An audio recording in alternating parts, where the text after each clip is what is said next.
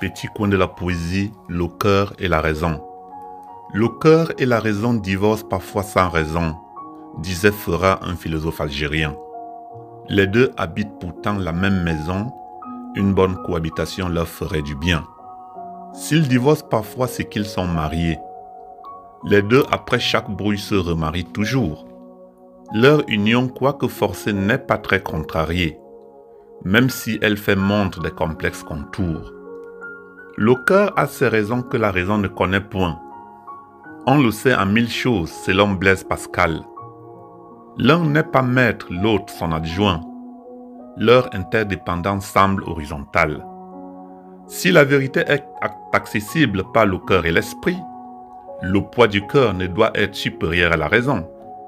Sinon la source d'équilibre du royaume tarit pour une très mauvaise floraison.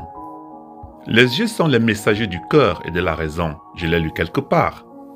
Que font alors ceux qui ont perdu la vue? La raison n'est-elle plus dans leur maison, où le cœur et la raison n'y sont plus perçus? Qu'en est-il de ceux qui ont les yeux et ne voient rien, refusant de voir la réalité qu'ils peuvent changer? L'illusion qu'ils vivent leur fait-elle du bien, ou amoureux de leur chaîne ils se sont rangés? Un aveugle voit avec le cœur et la raison. L'absence de vue fait naître une lumière de l'esprit. Il ne perçoit plus avec les mêmes horizons et développe d'autres merveilleux génies. Pour François Laroche, les gens heureux croient toujours avoir raison, dans une assurance maladive. Regardez les talk-shows de leur envol verbeux, dans leur maladresse toujours irrécidive.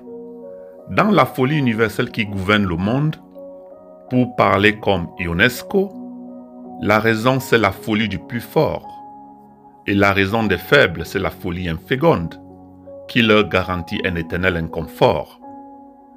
Si vous avez peur d'être seul, n'essayez pas d'avoir raison, car votre joie du moment ne durera pas longtemps.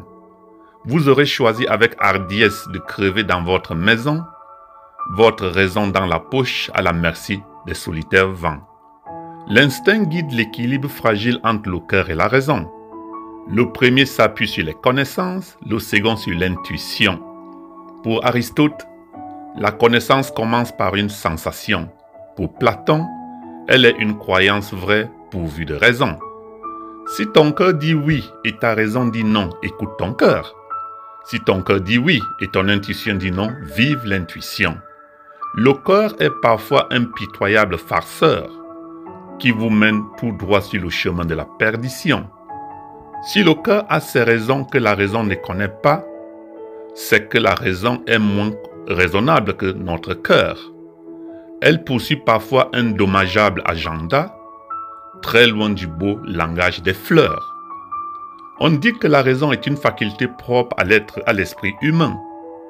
Un oiseau me regarde quand je prends ma fronde, il s'envole. Il sait que je ne suis pas son copain.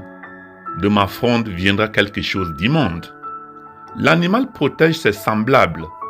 L'homme détruit les siens. Qui a raison? L'animal semble raisonnable dans l'ensemble, même s'il n'a pas comme l'homme une maison. Le cœur veut prendre le dessus, la raison intervient, embrigadant le cœur qui prépare l'offensive. Quand la raison sommeille, le cœur crée ses liens et la raison de revenir en défensive. Quand le cœur est triste, que fait la raison pour mettre l'ordre dans toute la maison?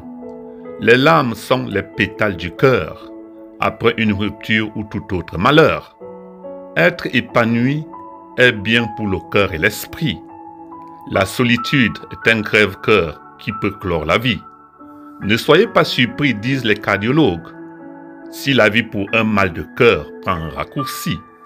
Le cœur et la raison, assidûment en désaccord, se livreront toujours à une rixe perpétuelle, battant chaque jour d'innombrables records, des divorces et remariages infidèles.